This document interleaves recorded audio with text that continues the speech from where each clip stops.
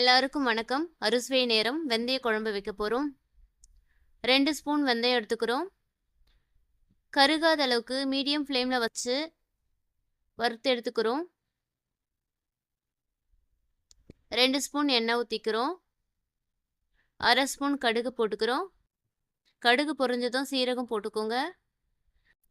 Cut பண்ணி வச்சுருக்க medium size வெங்காயத்தை ஆட் பண்ணிக்கிறேன். இப்போ ஒரு கொத்து கருவேப்பிலை போட்டுக்கோங்க. 7 பல்லு பூண்டு போட்டுக்கோங்க. வெங்காயம் நல்லா பொன்னிறமாக வதங்கணும். நல்லா வதக்கிக்கலாம். நல்லா வதங்கிடுச்சு. இப்போது பெரிய தக்காளி 1 குட்டி குட்டியாக கட் பண்ணி போட்டுக்கிறோம். தக்காளி கொஞ்சம் அதிகமாகவே இருக்கணும். வெங்காயம் கம்மியாக இருக்கணும். தக்காளி வதங்கிறதுக்கு உப்பு போட்டுக்கிறேன். நல்லா மிக்ஸ் பண்ணிக்கலாம். இப்போது ஜூஸியாக நல்லா வரணும், வேகணும் இல்லையா? அதனால நம்ம மூடி போட்டு மூடிக்கலாம். அதுக்கு முன்னாடி மஞ்சத்தூள் போட்டுக்கலாம் 1/4 ஸ்பூன். நல்லா வதக்கிக்கலாம். தக்காளி நல்லா வதங்கிறதுக்காக மூடி வைக்கலாம். இப்போ நல்லா வதங்கிடுச்சு. இப்போ தேவையான அளவு மிளகாத்தூள் 1 ஸ்பூன் போட்டுக்கலாம். இப்போ எண்ணெயிலேயே மிளகாத்தூள் வதக்கிடலாம்.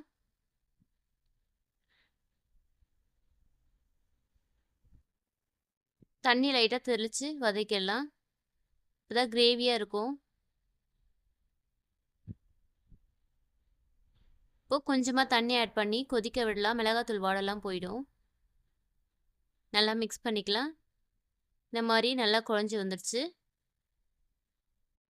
இப்போ நம்ம கரைச்சி வச்சுருக்க புளி தண்ணி ஆட் பண்ணிக்கலாம். இப்போ கொஞ்சமாக தண்ணி ஆட் பண்ணிக்கோங்க. குழம்புக்கு தேவையான அளவு உப்பு ஆட் பண்ணிக்கோங்க. நல்லா மிக்ஸ் பண்ணிவிட்டு ஒரு மூடி போட்டு மூடி வச்சிடலாம். குழம்பு இப்போ நல்லா கொதிச்சு சுண்டி வர வரல வெயிட் பண்ணலாம். வறுத்து வச்சிருந்த வெந்தயத்தை பொடி பண்ணி எடுத்து வச்சுக்கலாம். குழம்பு நல்லா சுண்டிடுச்சு.